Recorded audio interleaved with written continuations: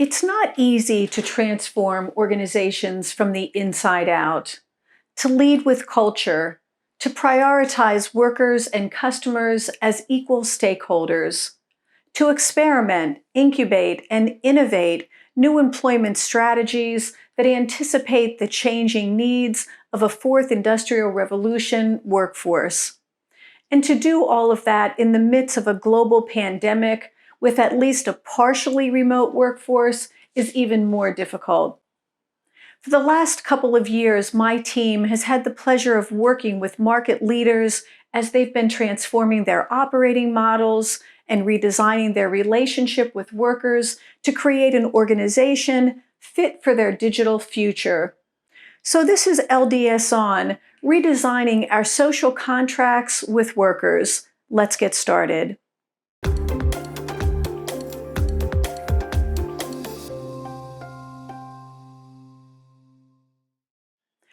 Thomas Koken said it perfectly in his 2021 book, Shaping the Future of Work, when he reminded us that most of our employees' strategies and policies are left over from the prior industrial revolution, and modernizing them will be a prerequisite to building an economy and world of work where all can prosper.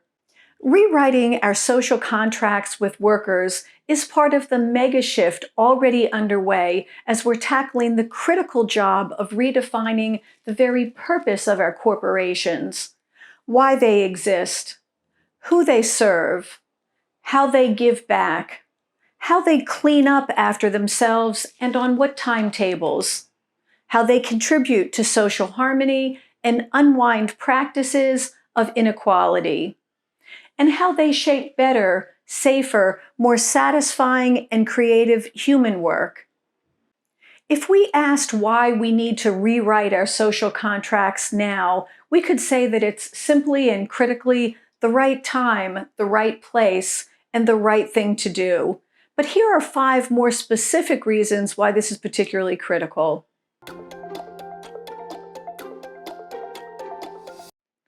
We're already 10 to 12 years into the fourth industrial revolution.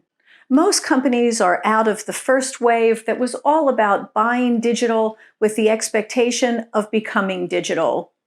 We're learning in the second wave that culture and purpose drive new ways of working, that people with diverse ideas and perspectives are the basis of innovation and our growth strategies. And advanced technologies will continue to accelerate in nonlinear and combinatorial patterns as we race into our digital futures.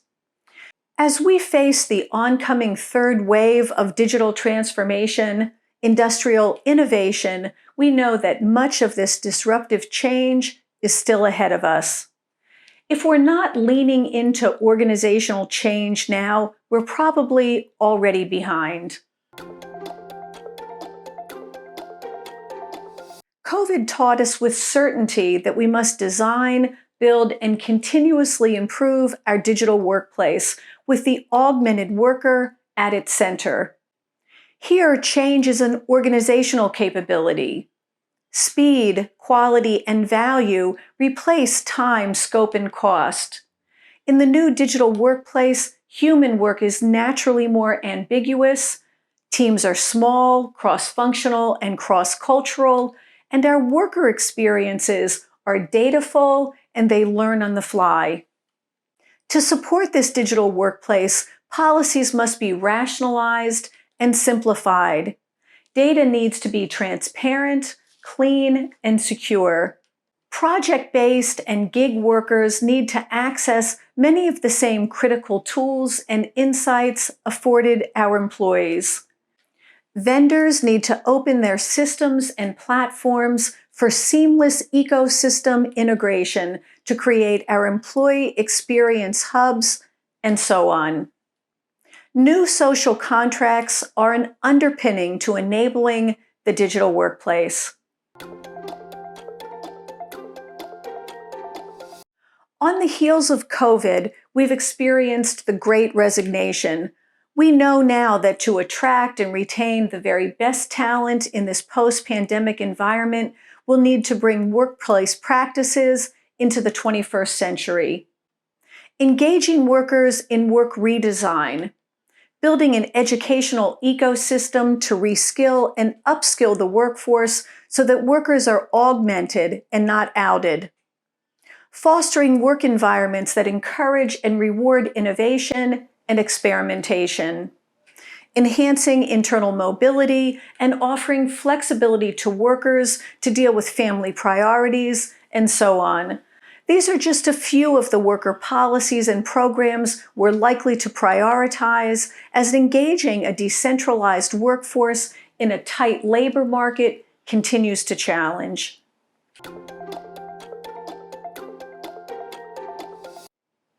It's best to not be late or last in sunsetting outdated work practices. Rigid hierarchies or structures, dominant silos, leader-led decision-making, even culture that's soured by entrenched thinking, old methodologies, or obsolete ideas are all drags on new value and growth models. And they disenfranchise workers who want to feel a shared purpose and like mindset with a company they're a part of. This brings me to my last point. Modern social contracts are essential now with a diminishing workforce who are motivated by novel and inspiring work practices. To be successful, we'll need to design agile and accountable organizations that are flatter and more team-based and fluid in structure. We'll need to find novel ways to connect a diverse workforce often formed through disruptive events like M&As or divestitures or extreme staff turnover. And we'll need to build flexible environments that adapt and thrive in continual change. As we face the incoming third wave of digital transformation, the redesign of our institutions and organizations will be central to realizing our growth strategies. We're already behind in many of our related environmental, social, and governance goals, and the clock is ticking and the stakes are high. At LDS, our purpose and passion is to ready the workforce for the work of tomorrow by designing the organizations that will be the modern workplaces for future generations. It's time, it's actually past time to rewrite these contracts and set the stage for elevating our human talent and ensuring their viability in our digital age organizations.